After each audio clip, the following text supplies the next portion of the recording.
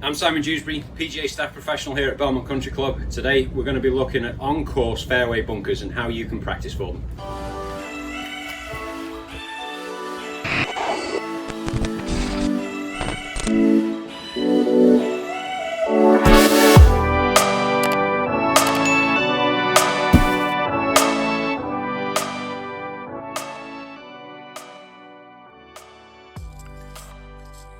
Okay, fairway bunkers. The first thing we've got to do is make sure that we look at the face of the bunker. That's going to determine what we can actually hit out of it. Obviously, if it's a very steep bunker, I'm not going to be able to play it through. This one's pretty shallow, and I'm only 150 away from the middle of the green, so I shouldn't have any major problems in hitting a more lofted club. Got an 8 and a 9 iron there. I think I'm going to go with the 9 iron just to give me that little bit more leeway, just in case the lip plays into it. And I've got a big wide open mouth at the front of the green, leaving myself an uphill putt, so I definitely don't want to get too aggressive and go past the flag here, with the flag being at the back of the green.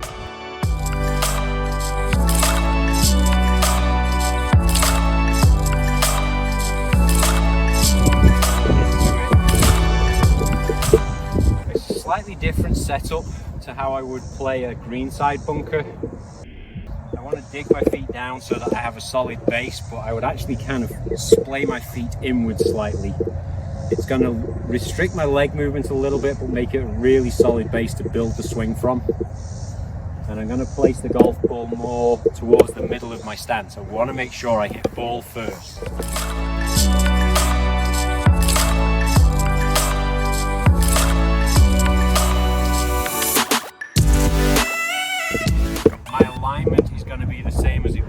Any normal fairway shot, but I'm going to have to hold the face up in the air. I can't touch the sand.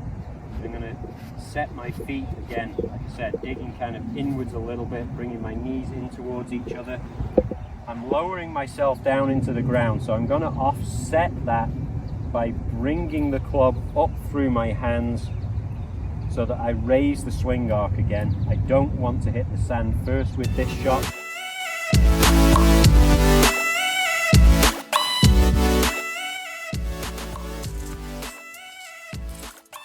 I'm going to firm the pressure up in my hands.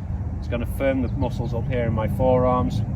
On a scale of 1 to 10 for a normal fairway shot, I'd probably be in the region of 4.5, 5 in terms of grip pressure. Here in the sand, maybe a 6, possibly a 7 in terms of my grip strength. It's going to firm my hands up, firm the muscles up in my forearm, which again is going to make it a little bit more difficult for my wrists to become involved. It's going to minimize club head speed, so I may now be a club short of where I would be from the fairway because I'm minimizing my lower body, I'm minimizing my wrist hinge, I'm relying much more on my arms and my shoulders to make this swing.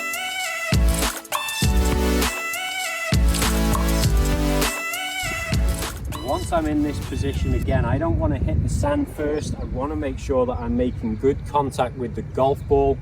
So my viewpoint is not going to be at my entry into the sand. I'm going to be focusing on a particular dimple, and the way that I set up, I'm going to be looking at a dimple right on the top of the golf ball so that I hit this shot really solid and clean, very little contact with the sand until well after impact.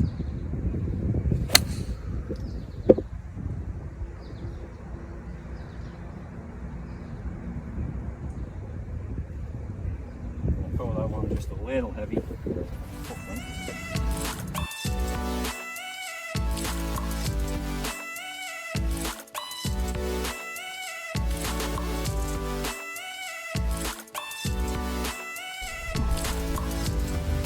Fairway bunkers, they're a little different to the greenside trap.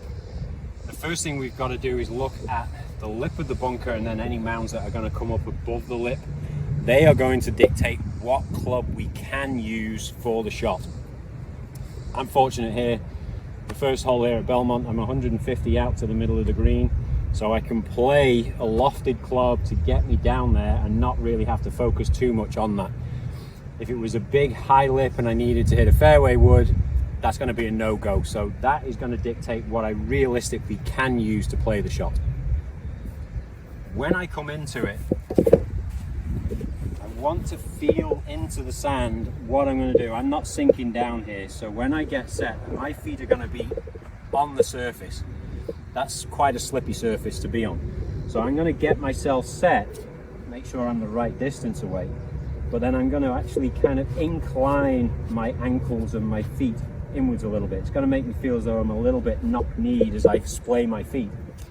But that's going to give me a more solid base to rotate into in my backswing, but also that I can push into impact and through in my follow through without my feet spinning out of being on the top of the sand. In terms of my alignment, I'm going to keep this the same as I would for any other shot from the fairway. I'm going to be standing square to it. My ball position the same as I would, because I still want to make solid ball contact. I don't need to hit the sand first for this shot. Because I'm lowering myself into the sand, if I was continuing to grip up at the top of the grip, which I would for a normal shot, the swing arc is going to enter the sand first. So I've got to offset the fact I've lowered myself down by bringing my hands down the grip to offset that depth. I'm also going to increase the pressure in my hands and my forearms a little bit. For a normal fairway shot, probably a 4.5, 5 in terms of hand pressure. For this, a 6, maybe even a 7. That's going to firm my fingers up, firm the muscles in my forearms. It's going to limit my wrist hinge a little bit. So it's going to minimize my club head speed. Coupling that with the fact that my lower body is going to be more stable, it's going to come up probably a club short of where I would be if I was playing from the fairway, but it gives me the ability to hit the ball first and then go into the sand afterwards. To help make sure that I have ball first contact, I'm going to make sure that I'm actually looking at a dimple on the top, or even maybe towards the front side of the golf ball, rather than looking at the back edge as I would with a fairway, with a greenside bunker, so that I can make sure that I have that solid ball first contact. I'm going to lean into that lead leg. Part of that is because I'm on a slight downslope, partly because I really want to emphasize the feeling that I'm hitting downwards into the ball first. Good focus. Weight forwards, firm pressure.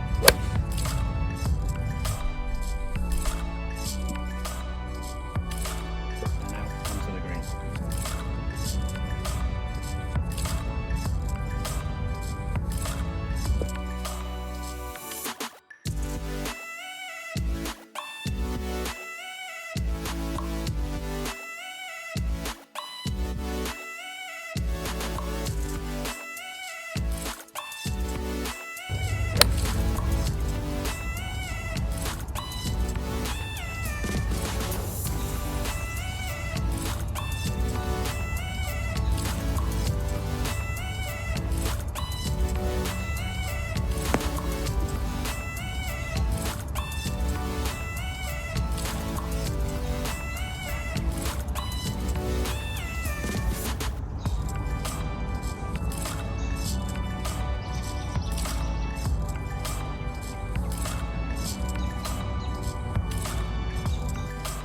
Thanks for watching.